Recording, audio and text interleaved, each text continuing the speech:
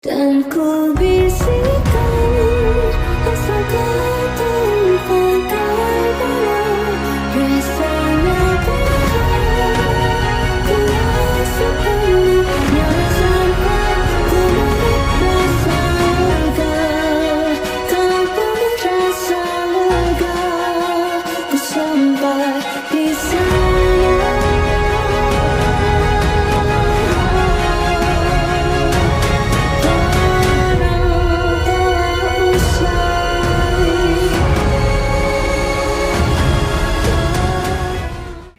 Projek santun masyarakat iaitu Bahasa Ceria Inklusif Satu Bahasa Satu Hati telah dijalankan pada 17 Disember 2025 yang bertempat di Pusat Jagaan Titian OKU Nur Rawang. Kumpulan sasaran bagi projek ini ialah golongan warga emas dan orang kurang upaya OKU. Sarapan pagi telah diedarkan terlebih dahulu kepada para penghuni sebelum aktiviti dijalankan. Kami memulakan dengan aktiviti senaman ringan bersama para penghuni untuk meningkatkan fokus dan semangat mereka. Aktiviti yang pertama dinamakan sebagai Poket Simpulan Pintar, iaitu para penghuni akan belajar mengenai simpulan bahasa. Aktiviti mewarna simpulan bahasa juga dijalankan untuk meningkatkan kreativiti dan imajinasi para penghuni.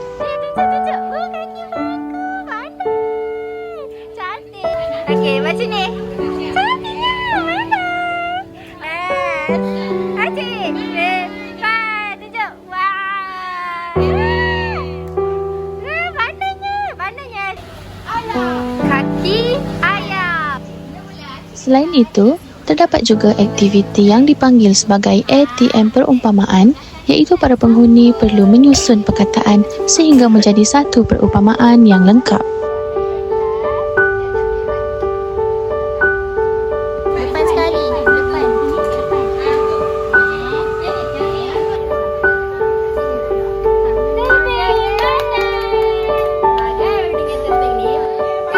Pantun di Laut Ajaib juga turut diadakan bagi memperkenalkan kepada para penghuni tentang cara membaca pantun yang betul.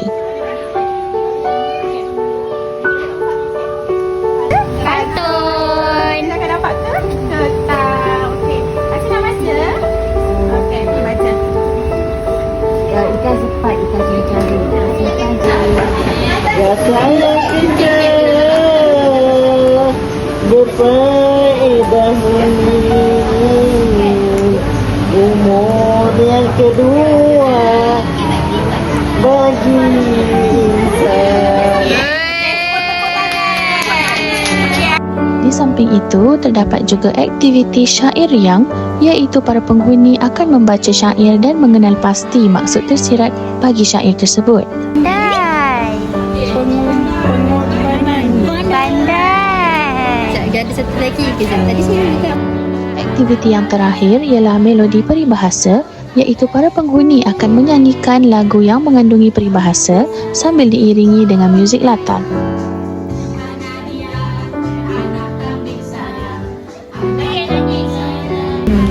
Okey, jadi program ni apa yang kita perhatikan impak dia ialah kita dapat orang kata pendedahan bahasa Melayu kepada penghuni lah. Lagi satu, kita dapat tahu apa orang kata dedah kebolehan penghuni tu daripada kita tak tahu yang dia tu sebenarnya reti membaca ataupun tidak. Daripada program ni tadi kita tahu ada yang boleh membaca, ada yang boleh bersyair, ada yang boleh berpantun dan boleh menulis. So sebenarnya program ni bagus sebab kita boleh tahu potensi OKU ni tahap mana, so takat mana yang diorang minat. Jadi program ni sebenarnya berjaya. Alhamdulillah. Berjaya. Pelaksanaan program ini telah memberi kesedaran kepada kami bahawa kekurangan bukanlah satu penghalang untuk menuntut ilmu dan kasih sayang merupakan kunci utama dalam menyantuni insan. Bahasa Ceria Inklusif